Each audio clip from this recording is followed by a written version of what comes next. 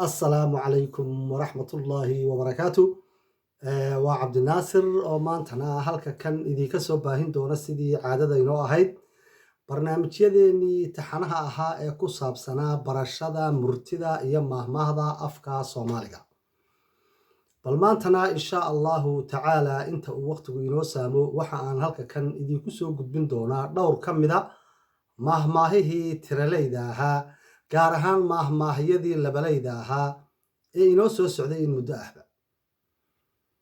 mahmaahda koowaad ee aan maanta idii hayaa waxa ay leedahay laba way fashilantaa. laba waa ay fashilantaa. waa labadee labadaa fashilmaa. geelu waa uu fashilmaa, gabanna waa uu fashilmaa.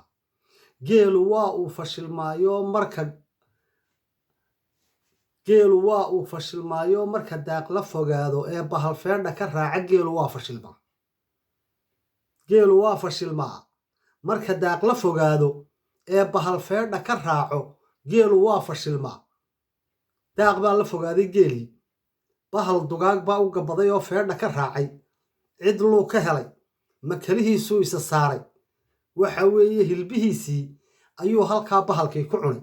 ama libaax ha ahaado, ama dhurwaa ha ahaado, ama habar dugaaga kale ee darib cunka ah ama hilib cunka ah ha ahaadee.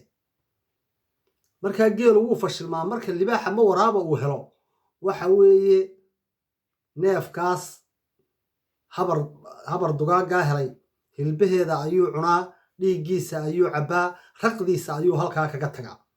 geelii maxaa dilay? daaq baa la fogaaday, bahal baa feedha ka raacay, geelii halkaasuu ku fashilmay, iskama celin kara de. awood uu habar dugaag ama bahalkaa iskaga celiyo aalaaba geelu ma laha. waayahay markaa geelu wuu fashilmaa baa layidhi. marka daaq la fogaado ee bahal feedha ka raaco geelu waa fashilmaa. gabankuna waa fashilmaa. gabanku waa wiilka. gaban haddaad maqasho micnaheedu waa wiil. wiilkuna waa uu fashilmaa. goormuu fashilmaa wiilku? waxa uu fashilmaa marka uu garan waayo haasaawaha iyo hawsha hadba kooda horeeya. ninkii waa nin dooba, wuu guursaday, gabadh buu guursaday, gabadh buu doonay, gabadh bay haasaaween, kadibna gabadhii buu guursaday.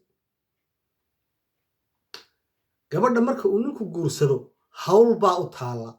hawshii habdhaqankii guriga iyo qoyska ayaa u taalla, gaar ahaan xilliyada lagu jiro arooska ugu horeeya ee bulshadeennu maadaama ay ahayd bulsho raacato ah oo xoolo dhaqato ah ay ahaayeen.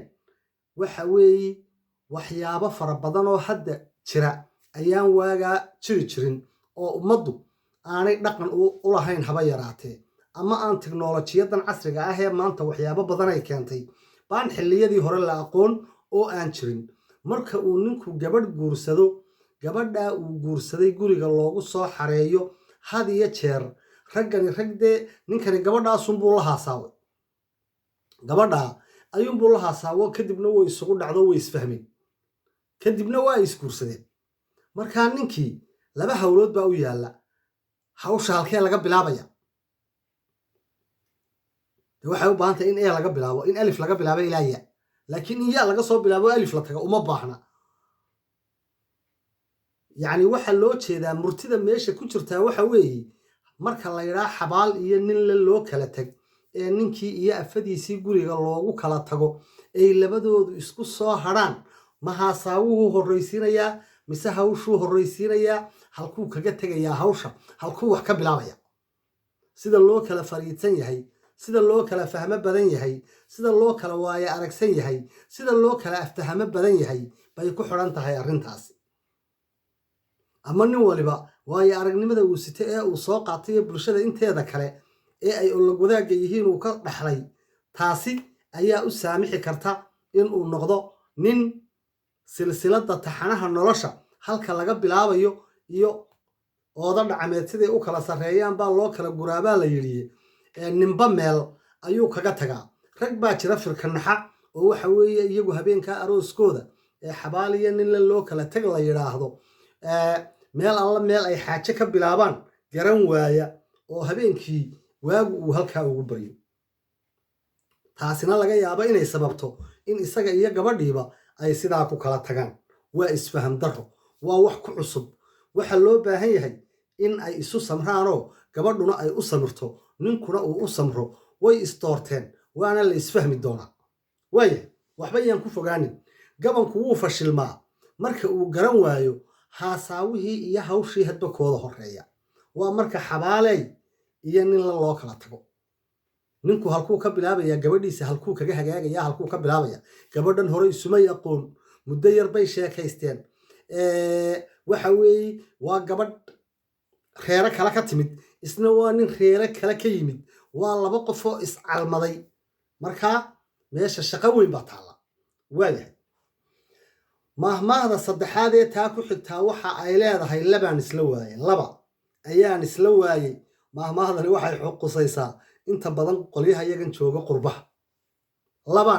labaan isla waayey waxaan isla waayey qoraxdii afrika iyo waxaan isla waayey buu yidhi quruxda qurbaha inagu ma lihin qaaradda yurub iyo ameerika ma lihin waddamada reer galbeedka dhulkooda inagu ma lihin inagu dhulkeennii hooyaynu leenahay dhulkeennii hooyo ayaynu leenahay ama ha inoo qurux badnaada ama ha inoo fool xumaadee markaa dhulkeennii hooyo marka la barbar dhigo waddamada yurubta iyo dhulkeennii marka la isbarbar dhigo aad bay inooga qurux badan yihiin aad bay inooga dhismo wanaagsan yihiin quality iyo quantity tira iyo tayaba waa ay inagaga fiican yihiin sidaa daraaddeed wuxuu yidhi waxaan isla waayey qoraxdii waddankeenna iyo quruxda yurub labadaasaan isla waayey soomaaliduna waxaa jirta mahmaah kale oo tidhaahda baadi doonyo ballay wuxuu yidhi ballay biyalaho maxay ahayd mahmaah kalaa jirta oo tidhaahda iyaduna mahmaahdaa micno ahaan la mid noqonaysa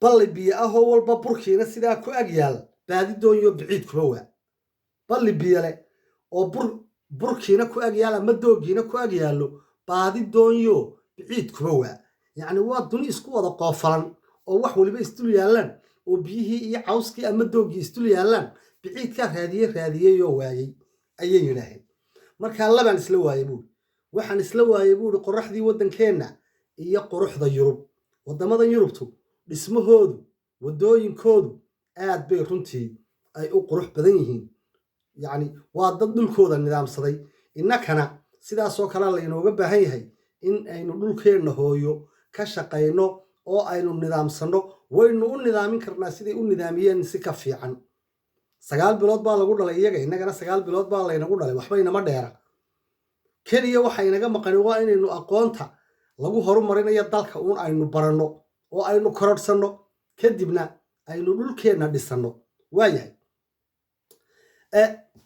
mahmaahda ku xigtaa waxa ay leedahay iyaduna waxay ku saabsan tahay mahmaahdani arrimaha siyaasadda ee soomaalida arrimaha siyaasadda inta badan anigu kama hadla aalaaba laakiin marmar waa lagama maarmaan in la yar taabtaa iyada oo aan lagu talax tegayn cidna aan qarad la saarayn cidna aan dhinaca la saarayn iyada oo xaalkeennu mar walba uu yahay dhexdhexaad waxaan haddana isku dayayaa bal maanta in aan tilmaamo xisbiyada soomaalida shanta soomaaliyeed xisbi kasta oo soomaaliyeed oo ka dhasha 3 arrimood bay wadaagaan xisbiyada soomaalidu 3 bay wadaagaan waxay wadaagaan 1 keli talinta kororsiga iyo kursi jacaylka haddaad aragta xisbi soomaaliyeed oo ummad soomaaliyeed leedahay waa lagama maarmaan inuu 3daa sifo yeesho waxa lagama maarmaana inuu 3daa arrimood leeyahay wuxuu jecel yahay xisbigaasi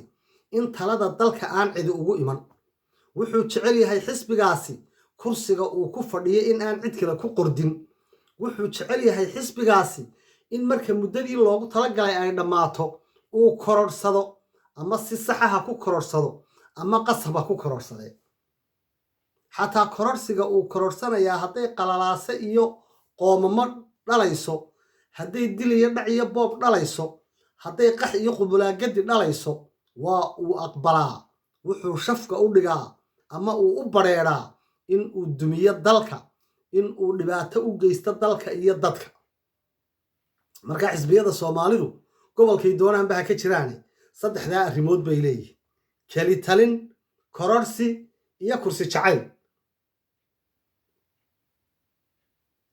waxaan ku soo gabagabayn doonaa maanta insha allahu tacaalaa 5 maahmaahood ayaan ku soo gabayn doonaa ee labalayda ah. aad iyo aad baad u mahadsan tihiin. wassalaamu calaykum waraxmatullaahi wabarakaatu. kulan dambe oo xiise leh.